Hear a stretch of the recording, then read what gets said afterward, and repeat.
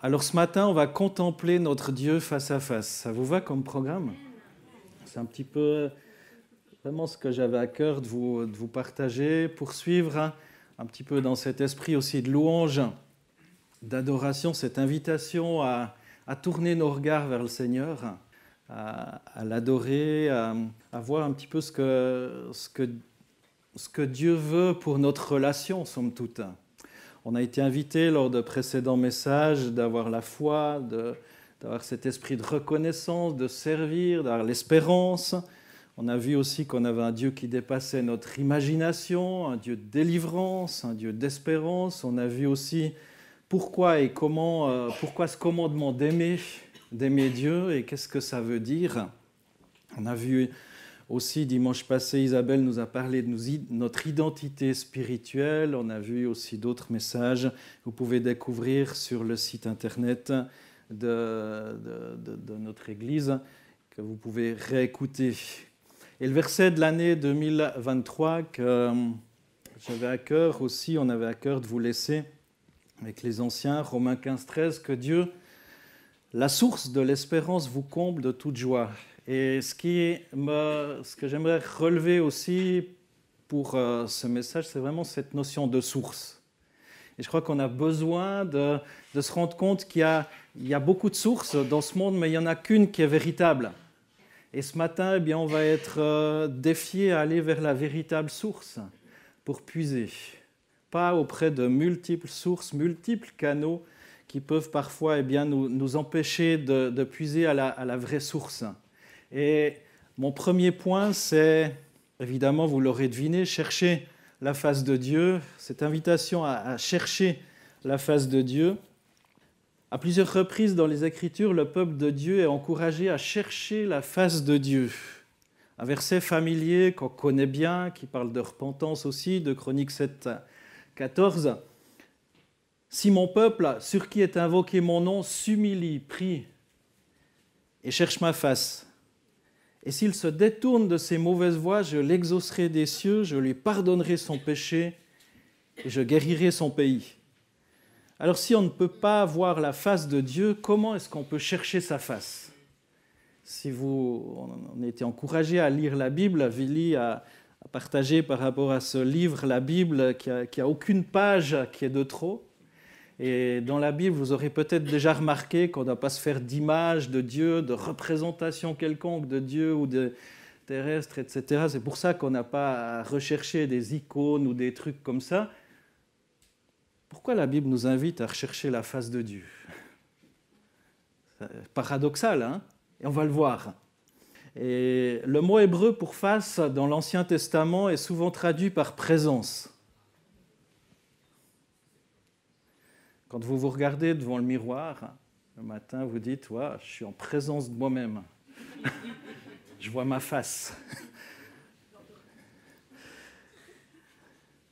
Vous faites un face-à-face avec vous-même, puis vous dites « ouf ». Lorsqu'on cherche la face de Dieu, on cherche sa présence. Et c'est ça qu'il faut comprendre. C'est ça qu'il faut comprendre, rechercher la présence de Dieu. L'appel à rechercher la face de Dieu a été lancé à son peuple parce qu'il l'avait abandonné et devait revenir à lui. Tout d'abord, c'est important de se rappeler que Dieu désire nous rencontrer. Dieu désire vous rencontrer, chacun, chacune ici, dans cette salle. Et même quand vous n'êtes pas ici, chez vous, Dieu désire vous rencontrer. Sur votre lieu de travail, Dieu désire vous rencontrer. À la maison, Dieu désire vous rencontrer. On n'a pas à le convaincre ou à le persuader de nous accorder un rendez-vous. Il n'y a pas besoin de lui téléphoner et lui dire « Est-ce que tu es libre demain entre 13h et 14h j'ai 5 minutes. » Non, il n'y a pas à prendre rendez-vous. Il a déjà fixé ce rendez-vous. Il a envie de passer ce temps avec vous. Ceci dit, il n'est pas à votre disposition. C'est lui qui détermine où et comment on peut le rencontrer. Mais, et c'est là que j'en viens à mon deuxième point, ce où et comment il veut nous rencontrer, c'est facile, c'est maintenant.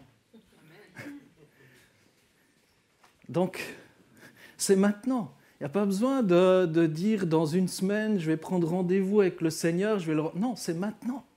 Maintenant. Maintenant, deuxième point important, c'est qu'il n'y aura jamais de meilleur moment que maintenant. Si vous remettez à plus tard, il y a de fortes chances que plus tard, il n'y a plus le temps. Il y a de fortes chances que plus tard, le temps que vous avez prévu d'éventuellement mettre de côté pour le Seigneur soit déjà occupé par autre chose. On sait bien que le monde a horreur du vide et nos vides sont très vite comblés par d'autres préoccupations, d'autres choses qui se rajoutent.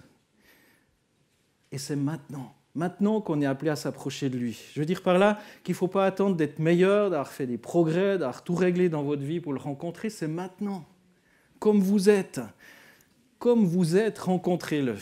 Et c'est comme vous êtes que Dieu veut vous rejoindre et vous permettre aussi d'avancer. Le visage d'une personne révèle beaucoup sur son caractère, sur sa personnalité. On peut voir quand quelqu'un, tu dis « Ouf, t'as une sale tête aujourd'hui. » Bon, c'est peut-être pas... ou t'es pâle, on va être poli, ou j'en sais rien. On peut voir certains visages, on peut se dire « Ouf. » Mais le visage témoigne d'émotions intérieures d'une personne qui s'exprime sur le visage, peut-être la fatigue. On reconnaît une personne en regardant son visage. En un sens, le visage d'une personne représente toute sa personne. C'est peut-être pour ça que certains veulent faire des liftings. Tu coupes là, tu tires, tu coups là, puis ça retend un peu le truc. Ça témoigne de certaines émotions. Alors, c'est des acteurs qui véhiculent certaines choses, qui veulent nous dire quelque chose au travers de leur façon d'avoir appris à exprimer rien que quelque chose avec leur visage. Mais quand on voit quelqu'un, on va dire « Ah, t'es pâle aujourd'hui. Ah, t'as l'air fatigué. » Et comment on le voit ? Parce qu'on voit son visage. Là aussi, dans les yeux. Les yeux disent facilement quelque chose, la face. On parle de face, de choses. Pour les auteurs de la Bible, la face humaine pouvait représenter la personne entière. Dans le psaume 105, verset 4, les fidèles de Dieu sont appelés à chercher continuellement sa face. Pas dire demain je vais le faire, mais continuellement, ça veut dire déjà maintenant en fait. Continuellement rechercher la face de Dieu. Même si on n'a pas abandonné Dieu, il y a des moments où on néglige cette poursuite.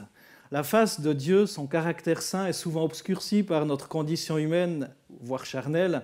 C'est pourquoi le Seigneur nous exhorte à chercher continuellement sa face. Il y a un effort à faire. Si c'est marqué dans la Bible, c'est que c'est important, c'est qu'il y a un effort à faire. C'est que ce n'est pas naturel, ce n'est pas inné. Rechercher, il y a quelque chose à faire. Ça ne tombe pas tout cuit dans la bouche. Si vous voulez manger à midi, j'imagine que quelqu'un aura préparé ce repas. Bon, vous irez peut-être dans un fast-food ou ailleurs, mais il y a quand même quelqu'un qui l'a fait. Vous aurez besoin de rentrer quelque part, vous asseoir quelque part, manger, faire l'effort. Et chercher Dieu, il y a aussi un effort à faire. C'est pourquoi le Seigneur nous exhorte à le chercher. Le Seigneur désire être notre compagnon constant dans toutes les expériences de la vie. Il veut qu'on le connaisse de part en part. Et si on s'approche de lui, Dieu s'approchera de nous. Vous connaissez ce texte dans la lettre de Jacques, Jacques 4, verset 8, qui nous dit « Approchez-vous de Dieu, et il s'approchera de vous. Nettoyez vos mains, pécheurs, purifiez vos cœurs, hommes irrésolus. » Et ce qui m'intéresse, c'est cette première partie de verset surtout. Évidemment, lorsqu'on s'approche de Dieu, ça produit une envie d'être transformé, comme Zachée, lorsqu'il a été au contact du Seigneur, de lui-même, il s'est rendu compte qu'il y avait des choses à régler, même si Dieu ne lui avait pas dit. Le simple fait que Zachée invite ou accueille Jésus dans sa maison, a suscité des changements, même sans que Jésus lui dise « tu dois changer, tu dois faire ci, tu dois restituer ». Non. Approchez-vous de Dieu et il s'approchera de vous. Zachée a fait cet effort, il est monté sur l'arbre et il a voulu voir le Seigneur. Il s'est approché le plus près qu'il pouvait. Il était méprisé, c'était un collecteur d'impôts, c'était un voleur. Et il est allé sur l'arbre de par sa petite taille, mais aussi parce qu'il n'était pas très aimé par le peuple juif de l'époque. C'était un petit peu un traître. Et là, il s'est approché le plus près possible, mais en même temps en se cachant. Lorsqu'on s'approche de Dieu dans la prière, on cherche sa face. Au psaume 24, versets 3 à 6, Je vous ai déjà lu ce texte la semaine passée pour introduire le culte, puis aussi lundi à la prière si vous y étiez. Qui pourra accéder au monde de l'Éternel? Qui pourra se tenir dans sa demeure sainte? L'innocent aux mains nettes et qui a le cœur pur, qui ne se tourne pas vers le mensonge et qui ne jure pas pour tromper son prochain. Celui qui vit ainsi sera béni par l'Éternel, il obtiendra justice de son Dieu qui le sauve. Et le verset 6, écoutez bien, voilà ceux qui cherchent vraiment le Seigneur, ceux qui cherchent le visage de Dieu, le vrai peuple de Jacob. Alors n'allez pas mettre des images que vous trouvez dans le commerce. Ça ne sera pas du tout Dieu. Et une image, si je vous montrais ma photo de moi, vous l'affichez chez vous, ça ne veut pas dire que je suis chez vous. Ça fait rire certains. C'est la même chose, si vous mettez une image de Dieu, que vous l'affichez chez vous, ça ne veut pas dire que Dieu va être chez vous. Pas du tout. Pas du tout. Et c'est pour ça qu'il faut bien comprendre ce que ça veut dire que chercher la face du Seigneur. Chercher sa face. La véritable nature du culte est de chercher la face de Dieu. La marche chrétienne est une vie consacrée à la recherche de la présence et de la faveur de Dieu. Le Seigneur veut qu'on cherche humblement et avec confiance sa face dans nos prières, dans les moments qu'on consacre à la parole. Et il faut cette intimité pour regarder intensément le visage de quelqu'un. Si tu n'es pas intime avec quelqu'un, tu ne vas pas le regarder longtemps. Il va se dire, mais tu me veux quoi là? Arrête quoi, t'es un pervers, ou je ne sais pas, maintenant, aujourd'hui, on entendrait plein de trucs. S'il n'y a pas cette intimité, cette proximité, on ne va pas regarder quelqu'un. Mais si tu es intime avec ton Seigneur, tu vas immanquablement le regarder. Chercher la face de Dieu équivaut à développer une relation intime avec lui. Ce cœur à cœur, cette présence. Psaume 63, verset 1 à 8, psaume appartenant au recueil de David, il fait allusion au séjour de David dans le désert de Juda. « Ô Dieu, tu es mon Dieu, je te cherche, j'ai soif de toi. Tout mon être soupire après toi comme une terre aride desséchée sans eau. » Moi, en lisant ce truc, je me dis, waouh, est-ce que tout mon être soupire après Dieu? Tout moi, quoi. Ce qui est visible comme ce qui n'est pas visible. Tout mon être, ma personnalité. Est-ce que tout mon être soupire après Dieu comme une terre aride desséchée sans eau? David va dire au verset 2, dans le temple, « Je t'ai cherché du regard pour voir ta puissance et ta présence glorieuse. » Je t'ai cherché du regard. J'ai cherché à contempler Dieu. De nouveau, pas une image de Dieu parce qu'on ne peut pas voir on peut pas voir Dieu et subsister, tellement il est pur, tellement il est saint. Mais le voir spirituellement, ce cœur à cœur avec le Seigneur. Car ta bonté vaut mieux que la vie, je proclamerai ta louange. Toute ma vie, je te remercierai en levant les mains vers toi et je dirai qui tu es. C'est ça la louange, l'adoration. Toute ma vie.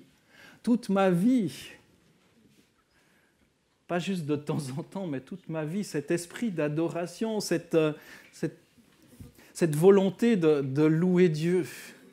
Pas d'être des ronchons de service. Toute ma vie, je te remercierai pour le bon comme pour le moins bon. Je te dirai merci. Je me présenterai devant toi. Et quand on est dans cet état d'esprit de reconnaissance pour Dieu, simplement pour Dieu, parce qu'on aime sa face, on aime sa présence, il y a des choses qui se passent.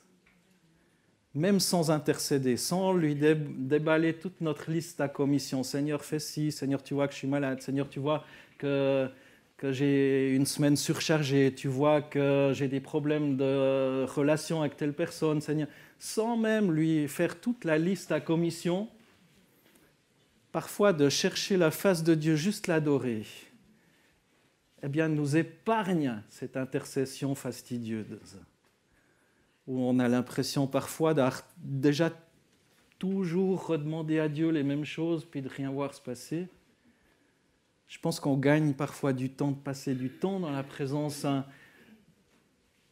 de Dieu, dans l'adoration, dans cette communion intime. car ta bonté vaut mieux que la vie. Je proclamerai ta louange toute ma vie. Je te remercierai en levant les mains vers toi. Je dirai qui tu es. Je serai comblé comme rassasié des meilleurs morceaux. Je laisserai exploser ma joie. Je t'acclamerai. Quand je suis couché, je me souviens de toi. Je pense à toi pendant les heures de la nuit. Quand je suis couché, je pense à toi. Waouh! À quoi est-ce qu'on pense? Si tu as des insomnies, est-ce que tu penses au Seigneur? Peut-être que les insomnies peuvent être utiles parfois, pour se souvenir de Dieu même. Même les insomnies parfois peuvent avoir leur utilité, tiens. Et je vous dis que si vous vous mettez à lire la Bible plutôt qu'à regarder une vidéo, ça vous aidera beaucoup mieux à vous endormir.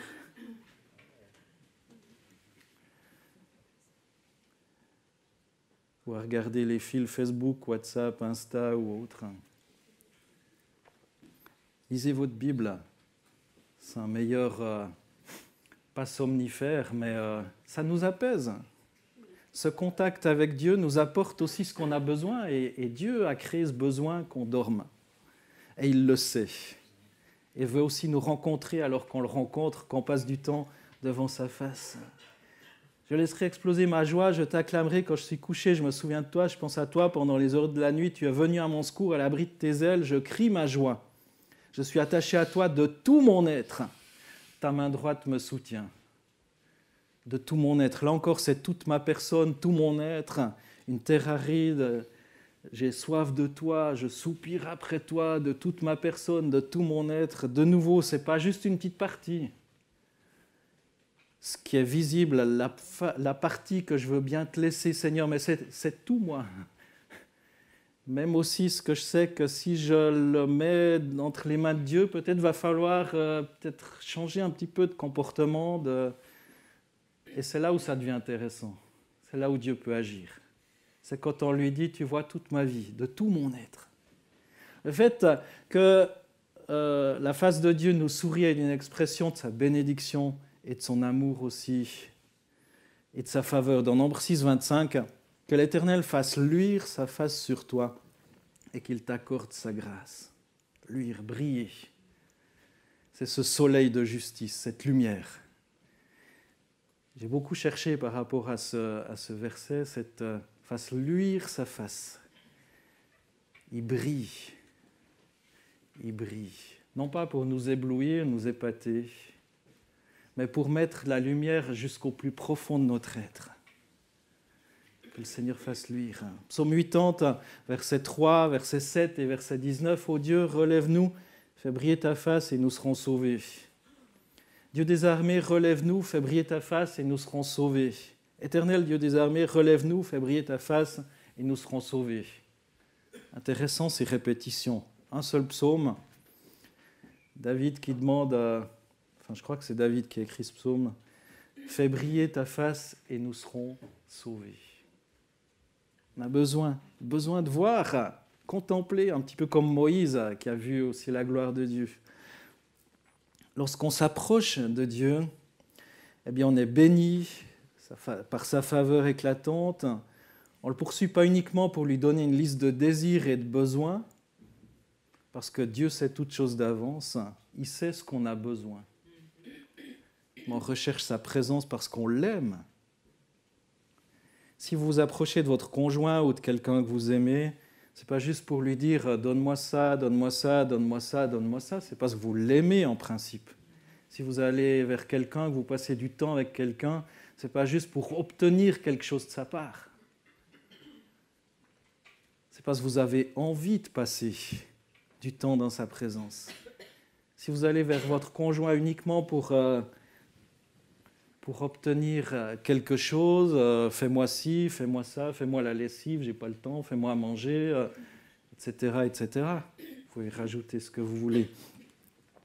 Matthieu 6, 7, 8 et 31, 34. En priant, ne multipliez pas de vaines paroles comme les païens qui s'imaginent qu'à force de paroles, ils seront exaucés. Ne leur ressemblez pas, car votre Père sait que vous en avez besoin avant que vous le lui demandiez. Mais pour être conscient que Dieu sait nos besoins, que Dieu nous aime, il faut passer du temps dans la présence de ce Dieu d'amour. Autrement, on pourrait se mettre à douter. Mais pourquoi il m'arrive ça? Pourquoi j'ai ce problème? Pourquoi ceci? Finalement, on peut même jusqu'à douter de l'amour de Dieu. Si tu pries puis que tu as l'impression que Dieu n'exauce pas tout de suite, si Dieu ne répond pas tout de suite à notre demande, quand on prie pour quelqu'un, pour qu'il soit guéri, ou j'en sais rien, pour qu'une situation change, on se dit « Ah, mais Dieu m'aime pas, ou j'ai pas de puissance, ou il y a du péché dans ma vie. » Non. Si tu veux éloigner tous ces doutes stupides, excusez-moi du terme stupide, mais ces doutes qui viennent du malin, du diable, il faut connaître le cœur de Dieu, il faut connaître Dieu, son amour. Et là, tu ne doutes plus de l'amour de Dieu. Parce que tu le connais et tu sais qu'il a un amour inconditionnel. Pas parce que tu as fait ça ou tu n'as pas fait ceci. Non, c'est parce qu'il t'aime pour qui tu es. Et Dieu nous demande de l'aimer pour qui il est aussi. Et c'est très important. Ne vous inquiétez donc pas en disant que mangerons-nous ou que boirons-nous ou de quoi serons-nous vêtus, car cela, ce sont les païens qu'ils recherchent. Or, votre Père céleste sait que vous en avez besoin. Cherchez premièrement son royaume et sa justice, et tout cela vous sera donné par-dessus. Ne vous inquiétez donc pas du lendemain, car le lendemain s'inquiétera de lui-même. À chaque jour suffit sa peine. Lorsqu'on est dans la présence de Dieu, dans son adoration, je crois qu'on reçoit vraiment une paix profonde. J'ai traversé beaucoup de maladies, beaucoup de difficultés, beaucoup de choses. Je pense que tous et toutes, on pourrait le dire, mais dans ces moments, quand tu reçois la paix de Dieu, même si ta situation ne change pas, tu peux continuer d'avancer. Moi, je dis, il y a beaucoup de choses qu'on peut me retirer, mais pas la paix. Ça, je veux pas perdre. Si je m'explique juste, ce que je veux vraiment pas perdre, c'est la paix. La santé, je ne souhaite pas la perdre, bien évidemment, mais ce n'est pas le plus important. En tout cas, pour ma vie, ce qui importe le plus, c'est la paix. La paix avec moi-même, la paix avec Dieu, la paix avec les gens. Et si je suis en paix, je suis en relation. Quand tu n'es pas en paix avec quelqu'un, ta relation elle est bousillée. Quand tu n'es pas en paix avec Dieu, il n'y a pas de relation non plus. Quand tu n'es pas en paix avec toi-même, tu commences à te détester, à ne pas être à l'aise. Il y a beaucoup de choses qu'on peut perdre, mais ne perdez jamais cette paix avec Dieu, cette relation avec Dieu. Chérissez-la. On a confiance qu'il prendra soin de nous. Chercher la face de Dieu signifie désirer connaître son caractère aussi, vouloir sa présence plus que toute autre chose. Là, je vais vous poser une question un petit peu brutale. Excusez-moi du terme ou de la formulation.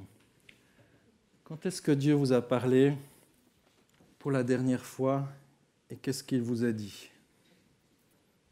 Il n'y a pas besoin de répondre. C'est pour vous. C'est pour vous. Moi, je me rends compte que tellement de gens ne lisent pas la Bible. Oui, ils lisent le verset qui arrive sur leur smartphone tous les matins. Mais ça, ce n'est pas lire la Bible, je m'excuse. C'est bien, mais ce n'est pas lire la Bible.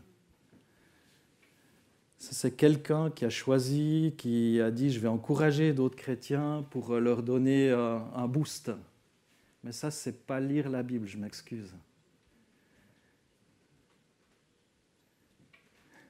Je vous choque? Non? Quand est-ce que Dieu vous a parlé pour la dernière fois? Si vous avez lu la Bible, j'imagine que cette parole ne nous laisse jamais sans réaction. Et si vous faites partie de ceux qui ont besoin de réfléchir avant de répondre, c'est qu'il y a un problème. En effet, peut-être qu'il y a un manque de proximité avec Dieu. Normalement, on ne devrait pas avoir à fouiller dans ses souvenirs lointains pour répondre à cette question. Si vous êtes marié, dites quand c'est que tu as entendu la voix de ta femme ou de ton mari?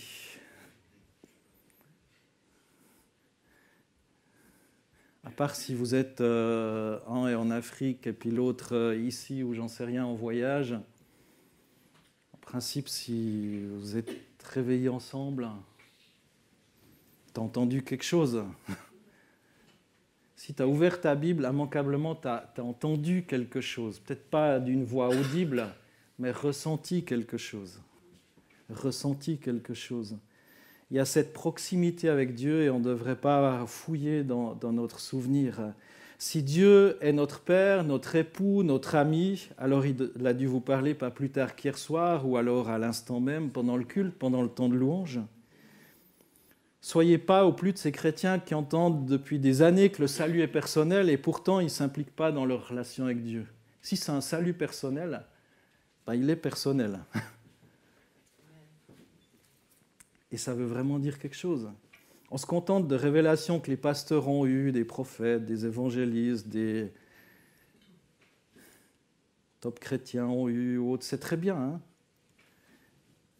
et vous faites bien d'être là ce matin. Et le but, c'est d'être défiés aussi un petit peu dans notre foi et de ne pas être juste des chrétiens du dimanche, même si c'est déjà pas mal, mais de ne pas s'en contenter. C'est très pratique pour nous parce qu'on est des gens pressés et on veut, ça nous évite de porter notre croix et on n'a pas besoin de s'approcher de Dieu, on n'a pas besoin de mourir à soi-même aussi, pas prendre ce temps, ça prend du temps de s'approcher de Dieu. David disait pour moi, m'approcher de Dieu, de l'éternel Dieu, c'est mon bien. Et c'est ainsi que beaucoup se nourrissent exclusivement des révélations des autres et surfent sur l'onction collective libérée lors des réunions. Il y a une onction. Je sens la présence de Dieu ici. Alors j'espère, et souvent, ça me fait du bien d'entendre, on sent qu'il y a quelque chose, qu'il y a la présence de Dieu ici. Et en tant que pasteur ou les responsables, on est content d'entendre ça. Mais est-ce que chez toi, tu sens la présence de Dieu ? Généralement, ces chrétiens-là sont saisis par l'esprit que dans l'assemblée. C'est bizarre. Quand elles sont à la maison, il ne se passe jamais rien. Dieu me parle que quand je suis dans telle réunion avec tel pasteur, tel évangéliste, tel prophète, tel apôtre. Désolé si je vous bouscule un peu, mais je me bouscule aussi intérieurement, rassurez-vous. Mais je crois que Dieu veut ce temps avec nous, ce cœur à cœur. Jérémie 2,13, « Car mon peuple a doublement mal agi, ils m'ont abandonné, moi, la source d'eau vive. » Pour creuser des citernes crevassées qui ne retiennent pas l'eau. Et c'est important d'être à la source, la vraie source. Pas la source que quelqu'un d'autre a creusée, que quelqu'un d'autre a puisée. C'est bien et on en a besoin de ces réunions collectives. Et c'est Dieu qui a créé l'Église et qui veut aussi qu'on ait ces rencontres pour se motiver, s'encourager, pour prier ensemble. Mais il veut aussi qu'on ait ces temps de cœur à cœur chez nous. De cœur à cœur chez nous. Jean 7, 37-38 nous dit, le dernier jour, le grand jour de la fête, Jésus debout s'écria, si quelqu'un a soif, qu'il vienne à moi et qu'il boive. Celui qui croit en moi, des fleuves d'eau vive couleront de son sein, comme dit l'Écriture.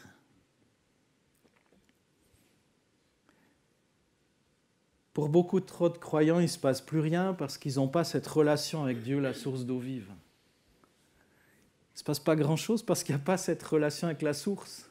Et finalement, on va dire, mais c'est de la faute aux autres, de la faute à l'Église, il n'y a pas la puissance, il n'y a pas la vie, il n'y a pas assez de jeunes, il n'y a pas assez de moins jeunes, il n'y a pas assez de ci, il n'y a pas assez de ça, le pasteur n'est pas assez ci, il n'y a pas assez de technique, il faut plus de technologie, de bimer, de machin, ça va me donner plus de... Non.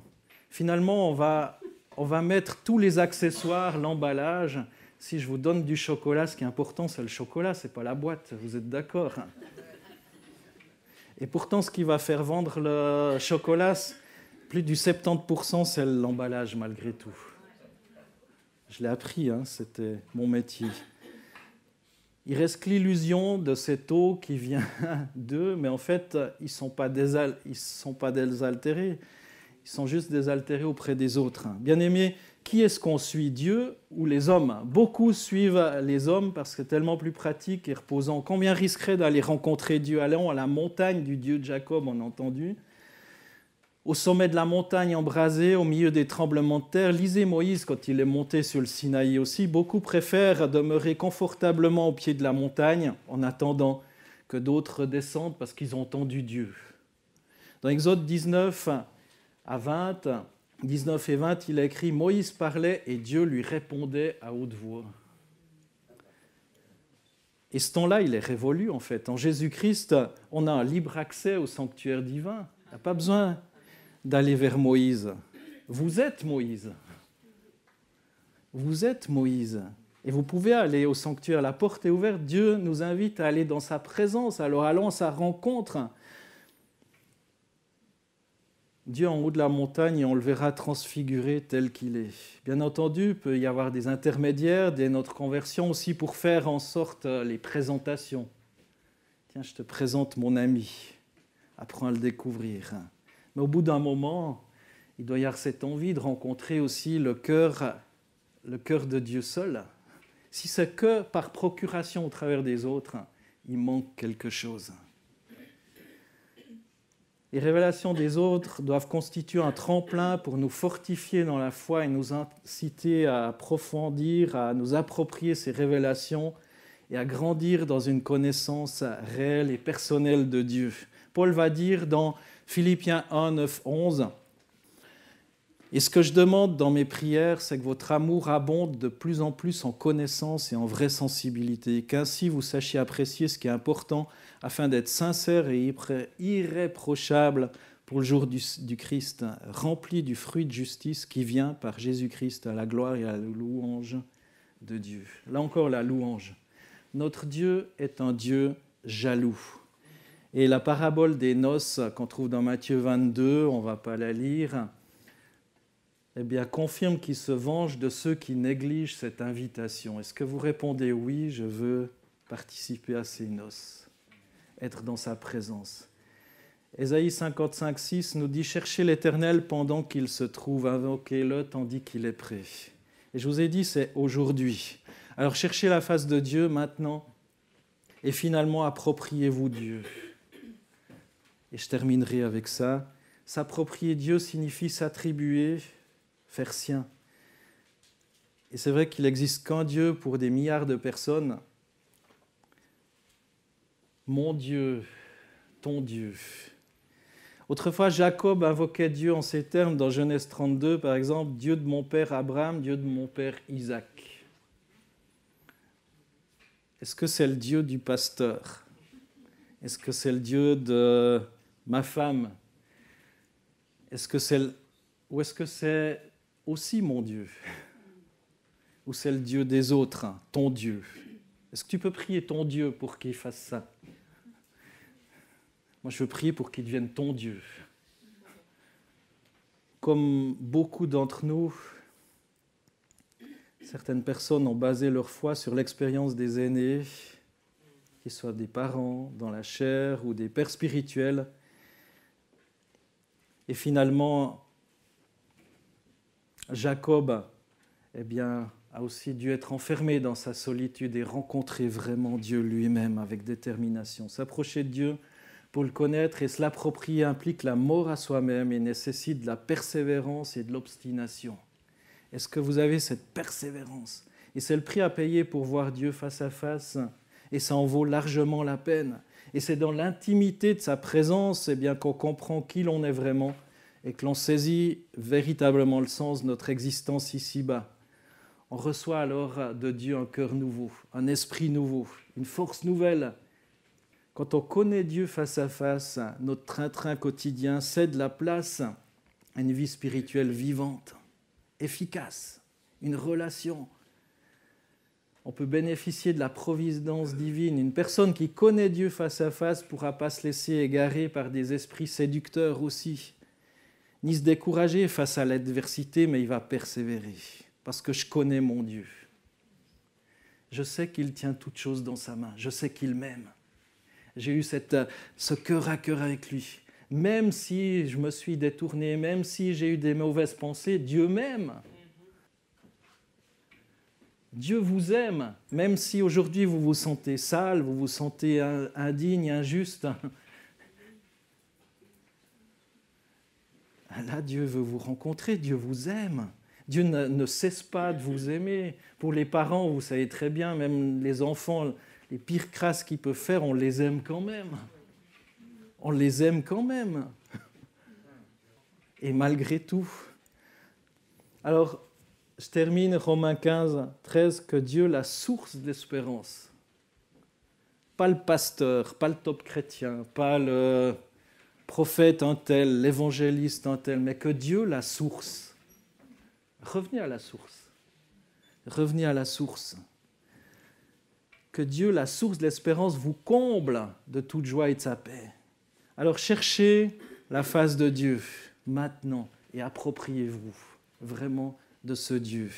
Pas juste le Dieu de Jacob, mais mettez votre prénom. Vous devez mettre votre prénom souvent, hein, à la place de Zachée, on a entendu tout à l'heure, et là à la place, c'est plus le Dieu de Jacob, mais c'est le Dieu de... Mettez votre prénom, c'est mon Dieu, mon Dieu. Mercredi 15 février à 19h30, on a eu à cœur aussi de commencer des rencontres de louanges, d'adoration, qu'on intitule « Source de vie ». Source de vie. Ensemble, on va monter sur la montagne, prendre le temps de la présence de Dieu. Mais pas pour intercéder, pas pour prier pour ceci ou cela, mais pour chercher le cœur de Dieu. Et pendant 3 ans, on a eu le cours Croissance, le cours sur l'Apocalypse aussi. Et ce qu'on a vraiment à cœur, c'est toute cette année, un mercredi soir par mois, de monter sur la montagne, de prier, de rechercher la face de Dieu, rechercher sa présence, son amour, l'adorer, apprendre à l'adorer pour qui il est. Pas pour ce qu'il nous donne, mais pour qui il est. Apprendre à voir Dieu, à contempler Dieu face à face. Et vous êtes tous et toutes invités. Les dates vont être communiquées évidemment, mais il y a déjà cette première date qui est annoncée. Toutes les dates sont fixées pour l'année. Mais le 15 février à 19h30, si vous n'avez rien dans l'agenda, mais bloquez-le. Mettez-le en rouge, surlignez ce que vous voulez. Une épingle sur votre écran d'iPhone ou j'en sais rien, mais faites quelque chose, mais bloquez ce temps. Ensemble, on veut monter, prendre le temps de la présence de Dieu. Ensemble, on se fortifie, ensemble, on s'encourage. Et si on arrive à prendre ces temps ensemble, peut-être ça nous donnera aussi envie de prendre ces temps chez soi, seul à seul. Parce qu'on a besoin les uns des autres. On a besoin aussi de l'enthousiasme des autres. On a besoin de se fortifier ensemble. Je crois que c'est important de chercher la face de Dieu maintenant et de s'approprier Dieu.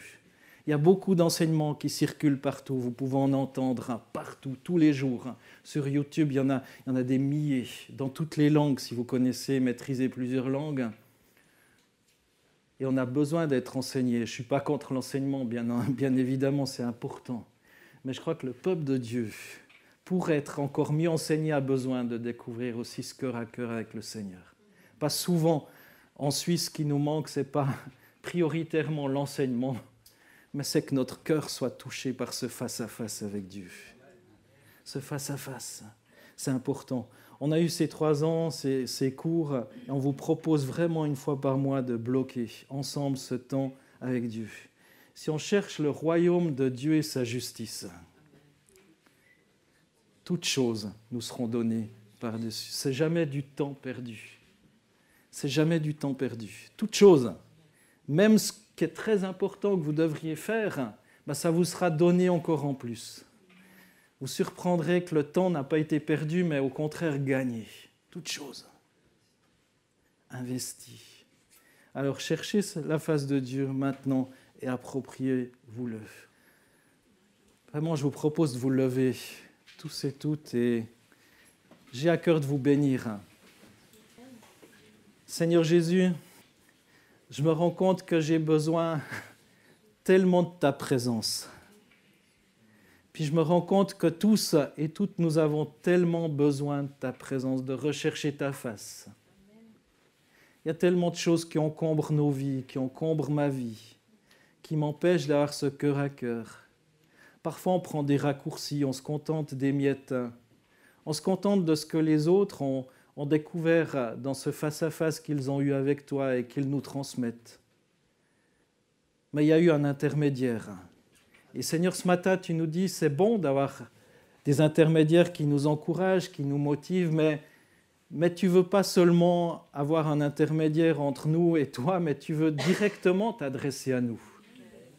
directement t'adresser à nous.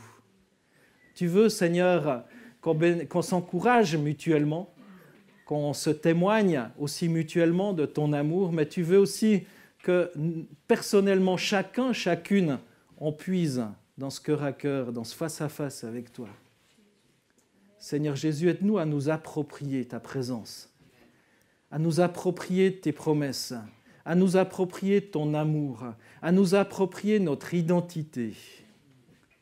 On a entendu parler de notre identité aussi, qui on est en Christ. À nous approprier, bien qu'on est des fils et des filles du Dieu vivant. Tous et toutes. Et qu'on peut s'approcher de toi, Seigneur, personnellement.